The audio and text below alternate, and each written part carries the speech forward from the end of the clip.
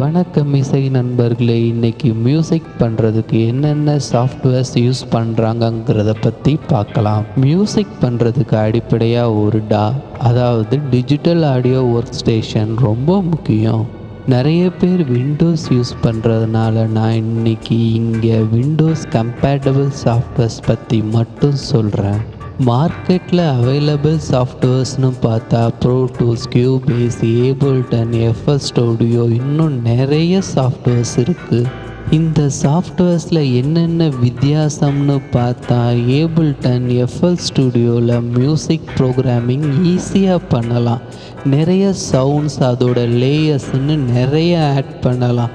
அதே நேரத்தில் மிக்சிங், மாஸ்டரிங்னு பண்ணும்போது கொஞ்சம் ஹார்டாக இருக்கும். கியூபேஸ் ப்ரோ டூல்ஸில் மிக்சிங், மாஸ்டரிங் சூப்பராக பண்ணலாம். பட் கொஞ்சம் இன்ஸ்ட்ருமெண்ட்ஸ் ஆட் பண்ணாலே சாஃப்ட்வேர் ஸ்லோவாகிடும். அதனால் மியூசிக் கம்போசிங், ப்ரோக்ராமிங் பண்ணுறவங்க ஏபிள்டன்னும் எஃப்எல் ஸ்டுடியோவும், மிக்சிங் மாஸ்டரிங்கில் கான்சன்ட்ரேட் பண்ணுறவங்க கியூபேஸ் ப்ரோ டூல்ஸும் கற்றுக்குங்க. நிறைய பேர் சாஃப்ட்வேர்ஸ் எப்படி கற்றுக்கிறது, இன்ஸ்டால் பண்ணிட்டேன் ஆனால் ஒன்றும் புரியலை அப்படின்னு கேட்குறாங்க. டாவோட ஃபங்க்ஷன் எல்லாமே ஒன்று தான். மியூசிக் கம்போஸ் பண்ணுறது, அதை அரேஞ்ச்மெண்ட் பண்ணுறது, மிக்சிங் பண்ணுறது எல்லாமே எல்லா டாவ்லையுமே இருக்கும். டாவை கற்றுக்கும் போதே ஆடியோ இன்ஜினியரிங் சம்மந்தப்பட்ட வேர்ட்ஸையும் கற்றுக்கிட்டிங்கன்னா நீங்கள் எந்த டாவாக இருந்தாலும் ஈஸியாக ஒர்க் பண்ணிடலாம். முதல்ல உங்கள் கம்ப்யூட்டர் ஆர் லேப்டாப் இதில் என்னென்ன இருக்குன்னு தெரிஞ்சுக்கணும். உங்கள் கம்ப்யூட்டரில் ஹார்ட் டிஸ்க் ஸ்பேஸ் என்ன, எவ்வளவு ரேம் யூஸ் பண்ணியிருக்கீங்க, என்ன சவுண்ட் கார்டு இன்பில்டாக இருக்குது அப்படின்னு தெரிஞ்சுக்குங்க.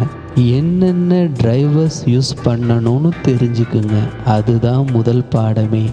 டாவை ஓப்பன் பண்ண உடனே கம்போஸ் பண்ண போயிடாதீங்க. சில நேரங்களில் சவுண்டே வராது, சில நேரங்களில் மிடி கீபோர்டு ஒர்க் ஆகாது. ஸோ உங்கள் டாவை ஃபஸ்ட்டு ஆப்டிமைஸ் பண்ணுங்கள்.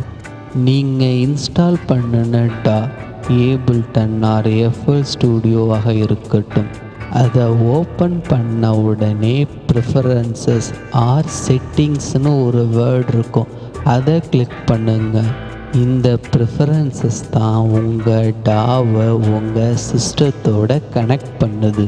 இதில் ஆடியோ இன், audio out, VST custom folder, உங்கள் சவுண்ட் சாம்பிள் ஃபோல்டர், இது எல்லாத்தையும் டாவோட அட்டாச் பண்ணுறது இதன் மூலமாக தான். இப்போ ஏபிள்டன் மற்றும் எஃப்எல் ஸ்டுடியோவில் எப்படி இதை பண்ணுறதுன்னு பார்க்கலாம். இதே மாதிரி ஒவ்வொரு சாஃப்ட்வேர்ஸ்லையும் முதல்ல ப்ரிஃபரன்ஸை பார்த்து டாவை ஆப்டிமைஸ் பண்ணிக்குங்க. மியூசிக் ப்ரொடக்ஷன் சாஃப்ட்வேர்ஸ் கற்றுக்கணுன்னு நினைக்கிறவங்க முதல்ல ஆடியோ இன்ஜினியரிங் சம்மந்தப்பட்ட டெக்னிக்கல் வேர்ட்ஸை கற்றுக்குங்க. அப்படி கற்றுக்கிட்டா தான் எந்த டாவாக இருந்தாலும் நீங்கள் ஈஸியாக ஹேண்டில் பண்ண முடியும். வாட்ஸ்அப் டுட்டோரியல்ஸ் மூலமாக சாஃப்ட்வேர்ஸ் கற்றுக்கணுன்னு ஆசைப்படுறவங்க வாட்ஸ்அப் லிங்கை டிஸ்கிரிப்ஷன் பாக்ஸில் தரேன், ஜாயின் பண்ணிக்கோங்க.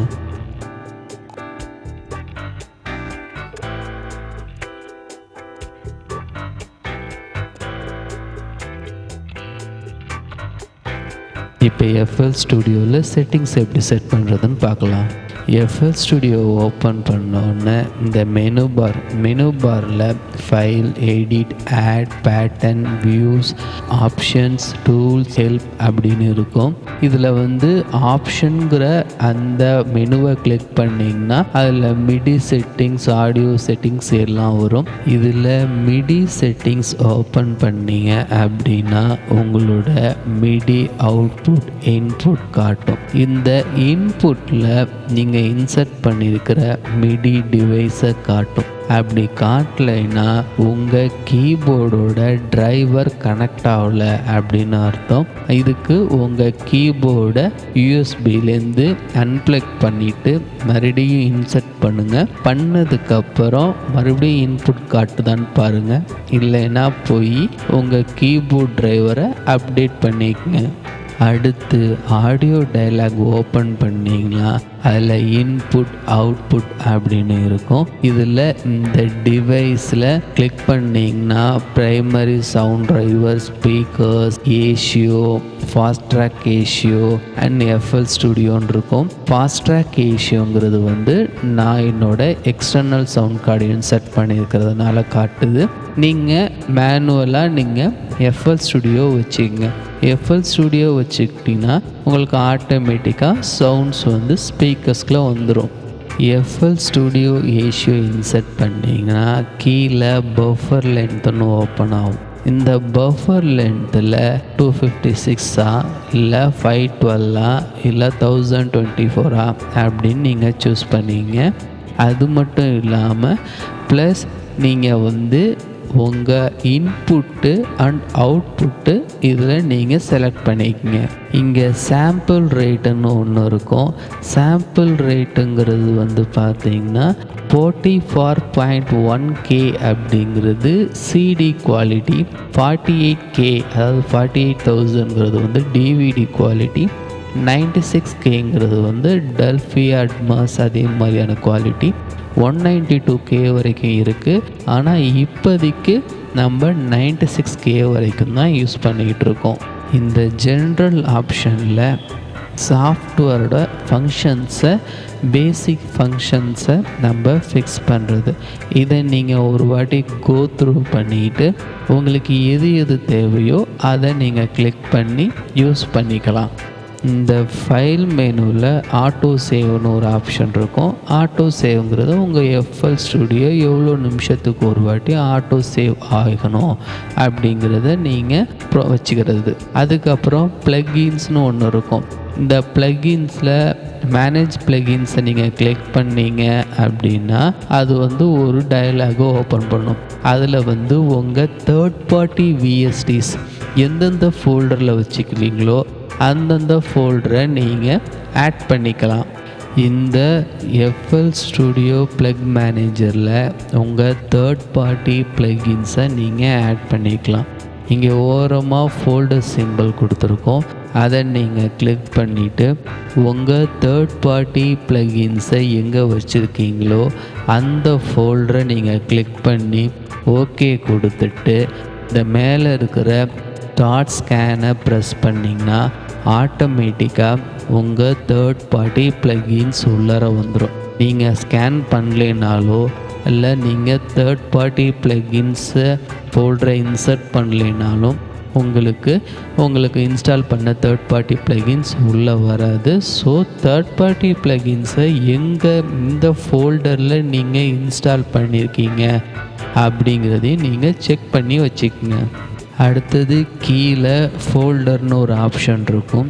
இது உங்கள் சாம்பிள்ஸ், எக்ஸ்ட்ரா சாம்பிள்ஸ் நீங்கள் வச்சுருந்தீங்கன்னா அது எந்த ஃபோல்டரில் வச்சுருக்கீங்களோ அதை நீங்கள் ஆட் பண்ணிக்கலாம். ஆட் பண்ணிட்டீங்கன்னா ப்ரௌசர் ஆப்ஷனில் அந்த ஃபோல்டர் வந்துடும். ஸோ நீங்கள் ஈஸியாக அந்த ஃபைலை எடுத்து உங்கள் ப்ராஜெக்ட்குள்ளே இன்சர்ட் பண்ணிக்கலாம். அடுத்தது இந்த ப்ராஜெக்ட் மெனுவில் தான் டைம் செட்டிங்ஸ் இருக்குது. அதாவது உங்கள் டைம் சிக்னேச்சரை நீங்கள் ஃபிக்ஸ் பண்ணிக்கலாம். இப்போ என்னோடது 4/4 இருக்குது. நீங்கள் இதை 7/4ஆகவும் கன்வெர்ட் பண்ணிக்கலாம். இந்த நியூமரேட்டரில் போய் கிளிக் பண்ணிங்கன்னா 3 கிளிக் பண்ணிவிடுங்க. 4 கிளிக் பண்ணிங்கன்னா அது 3/4 ஆகும். நியூமரேட்டரில் 7 கிளிக் பண்ணிவிட்டு கீழே 8 கிளிக் பண்ணிங்கன்னா அது 7/8 ஆகும். அடுத்தது இந்த இன்ஃபோ ஆப்ஷன். இந்த இன்ஃபோ ஆப்ஷனில் சாங்கோட டைட்டில், ஆத்தர், யார் கம்போஸ் பண்ணது, அப்புறம் கமெண்ட்ஸு இதை சேவ் பண்ணிக்கலாம். இது ஒரு பேசிக் செட்டிங் தான். இதுதான் FL ஸ்டுடியோவில் பேசிக் செட்டிங்ஸ்.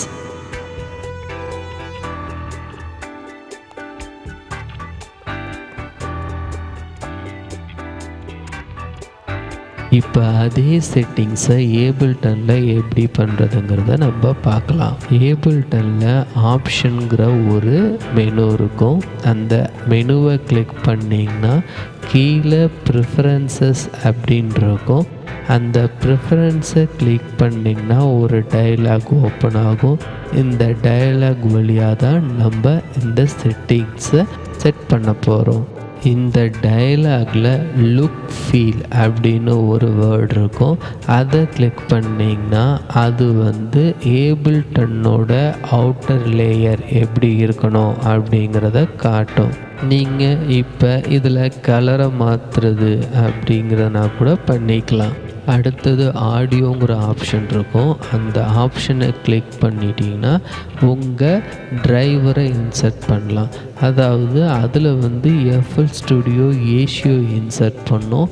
இதில் டைரக்ட் எஸ் அப்படிங்கிற டிரைவரை தான் நம்ம யூஸ் பண்ணுவோம். அது இல்லாமல் ஏஷியோ யூஸ் பண்ணிக்கலாம். எக்ஸ்டர்னல் சவுண்ட் கார்டு வச்சுருந்திங்கன்னா அந்த எக்ஸ்டர்னல் சவுண்ட் கார்டை யூஸ் பண்ணிக்கலாம். நீங்கள் டிரைவரை செட் பண்ணதுக்கப்புறம் அந்த டிரைவர்லேருந்து நீங்கள் எந்த இன்புட் அப்படின்னு சூஸ் பண்ணணும். அதே போல் அவுட்புட்டையும் நீங்கள் சூஸ் பண்ணணும். அப்படி அவுட்புட் சூஸ் பண்ணிவிட்டு கீழே டெஸ்ட் டோன்னு ஒன்று இருக்கும். அதை கிளிக் பண்ணிங்கன்னா ஒரு பீப் சவுண்டு வரும். அப்படி பீப் சவுண்டு வந்துருச்சுன்னா உங்கள் சாஃப்ட்வேர் சிஸ்டத்தோட கனெக்ட் ஆகிடுச்சு அப்படின்னு அர்த்தம். எஃப்எல் ஸ்டுடியோவில் உள்ளது போலயே இங்கேயும் சாம்பிள் ரேட் இருக்குது. ஆனால் இங்கே உள்ள சாம்பிள் ரேட்டில் 96K வரைக்கும் தான் இருக்குது. அடுத்த ஆப்ஷன் மிடி லிங்க். எஃப்எல் ஸ்டுடியோவில் உள்ளது போலயே நீங்கள் மிடியை இன்சர்ட் பண்ணிவிட்டு அந்த மிடி லிங்கில் பார்த்தீங்கன்னா உங்கள் கீபோர்டு கனெக்ட் ஆகிருக்கும். அதில் ஆன்கிற பட்டனை நீங்கள் ப்ரெஸ் பண்ணிங்கன்னா உங்களோட மிடி சிக்னல்ஸ் ஆட்டோமேட்டிக்காக உங்களோட ட்ராக்குள்ளே வந்துடும். அதுக்கப்புறம் ஃபைல் ஃபோல்டர் ஆப்ஷன் அப்படின்னு ஒன்று இருக்கும். அது வழியாக நீங்கள் விஎஸ்டி ஃபோல்டர் அண்ட் சவுண்ட் ஃபோல்டர்ஸை நீங்கள் இன்ஸ்டால் பண்ணிக்கலாம். இந்த விஎஸ்டி ஃபோல்டர்ஸை பொறுத்த வரைக்கும் எஃப்எல் ஸ்டுடியோவில் 2, 3, 10, 20 வரைக்கும் நீங்கள் விஎஸ்டி ஃபோல்டரை இன்ஸ்டால் பண்ணிக்கலாம். ஆனால் ஏபிள்டனை பொறுத்த வரைக்கும் ஒரே ஒரு ஃபோல்டரில் மட்டும்தான் உங்கள் தேர்ட் பார்ட்டி ப்ளகின்ஸை இன்ஸ்டால் பண்ண முடியும். ஸோ நீங்கள் தேர்ட் பார்ட்டி ப்ளகின்ஸ் இன்ஸ்டால் பண்ணும் பொழுது அந்த ஃபோல்டரில் இன்ஸ்டால் பண்ணுறதுக்கு பாருங்கள். இதோட ஃபைல் செட்டிங்ஸும் same as FL Studio settings தான். இந்த 2 சாஃப்ட்வேர் மட்டும் இல்லைங்க, நீங்கள் எந்த சாஃப்ட்வேர்ஸ் யூஸ் பண்ணாலும் இந்த செட்டிங்ஸ் எல்லாமே சேமாக தான் இருக்கும். ஆனால் நீங்கள் அதை எப்படி செட் பண்ணுறீங்க அப்படிங்கிறத பொறுத்து தான் இருக்கும். இன்றைக்கி சவுண்ட் இன்ஜினியரிங் டெக்னாலஜியில் பஃபர் சைஸ் அண்ட் லேட்டன்சி அப்படின்னா என்னங்கிறத பார்க்கலாம். பஃபர் சைஸுங்கிறது சாஃப்ட்வேர் உங்கள் சாம்பிள்ஸை ப்ராசஸ் பண்ணுற ஸ்பேஸ் அப்படின்னு சொல்லணும். லேட்டன்சி அப்படிங்கிறது உங்கள் சாம்பிள்ஸை ப்ராசஸ் பண்ணுறதுனால ஒரு டிலே இருக்கும். அந்த டிலே தான் லேட்டன்சி. எக்ஸாம்பிளுக்கு ஒரு வாட்டர் டேங்க் எடுத்துக்கங்க. டேங்கோட இன்புட் வாட்டர் டேங்க் மேலே இருக்குது, அவுட்புட் கீழே இருக்குது. உங்கள் சாம்பிள்ஸ் தான் வாட்டரோட இன்புட் மாதிரி. வாட்டர் டேங்க்குங்கிறது ப்ராசஸ் பண்ணுற அந்த ஸ்பேஸ். அவுட்புட்டுங்கிறது நம்மளுக்கு கிடைக்கிற அவுட்புட்டு. இப்போ வாட்டர் டேங்க்கு மேலே உள்ள தண்ணி கீழே உடனே வந்துடுமா? கொஞ்சம் டிலே இருக்கும். கீழே உள்ள தண்ணி எல்லாம் ட்ரைன் ஆன உடனே மேலே உள்ள தண்ணி கீழே வரும். ஸோ கொஞ்சம் டிலே இருக்கும். இந்த டிலே தான் லேட்டன்சி அப்படின்னு சொல்லுவாங்க. பஃபர் சைஸை லார்ஜ் அமௌண்ட்டில் வச்சாதான் உங்கள் ஆடியோ சாஃப்ட்வேரோட ப்ராசஸிங் நல்லா இருக்கும். ஆனால் லேட்டன்சிங்கிற அந்த டிலே இருக்கும். ஸோ ரெக்கார்டிங் பண்ணும் பொழுது நீங்கள் லேட்டன்சியை 512க்கோ இல்லை 256க்கோ குறைச்சி வச்சுக்கலாம். அப்போ நீங்கள் ஒரு மிடி ட்ரிகர் பண்ணும் பொழுது அதோட சவுண்ட்ஸ் உடனே வரும். வாய்ஸ் ரெக்கார்டிங் பண்ணும்போது அந்த சவுண்ட்ஸ் உடனே சாஃப்ட்வேர்க்குள்ளே வந்துடும். அதே மிக்சிங் மாஸ்டரிங் பண்ணும் பொழுது பஃபர் சைஸை கொஞ்சம் லார்ஜாக வச்சுக்கோங்க. முடிஞ்சால் 1024 ஆர் மோர் தென் 2000 இருந்தால் கூட அதை வச்சுக்கோங்க. ஏன்னா உங்களோட அந்த சவுண்ட் ப்ராசஸிங் நல்லா இருக்கும். ஸோ ரெக்கார்டிங்க்கு நீங்கள் பஃபர் சைஸை கம்மியாக வச்சுக்கிட்டிங்கன்னா லேட்டன்சி கம்மியாக இருக்கும். மிக்சிங் அண்ட் மாஸ்டரிங்க்கு பஃபர் சைஸை அதிகமாக வச்சுக்கிட்டிங்கன்னா உங்களோட அந்த software processing third party VST ப்ளகின்ஸோட ப்ராசஸிங் நல்லாயிருக்கும். உங்களோட அவுட்புட் நல்லாயிருக்கும். இது தாங்க buffer size and VST latency அப்படிங்கிறது. இந்த வீடியோ உங்களுக்கு பிடிச்சா லைக் பண்ணுங்கள், உங்கள் ஃப்ரெண்ட்ஸுக்கு ஷேர் பண்ணுங்கள், உங்கள் டவுட்ஸை கமெண்ட் பாக்ஸில் போடுங்க. இதில் நான் வாட்ஸ்அப் லிங்க் கொடுத்துருக்கேன். அந்த லிங்க்கில் குரூப்பில் ஜாயின் பண்ணி கூட நீங்கள் லேர்ன் பண்ணிக்கலாம். மறக்காமல் சேனலை சப்ஸ்கிரைப் பண்ணுங்கள். நீங்கள் எவ்வளோக்கு எவ்வளோ சப்போர்ட்டிவாக இருக்கீங்களோ அவ்வளோக்கு அவ்வளோ நாங்கள் புது வீடியோஸ் பண்ணுறதுக்கு ஹெல்ப்ஃபுல்லாக இருக்கும். தேங்க்ஸ்.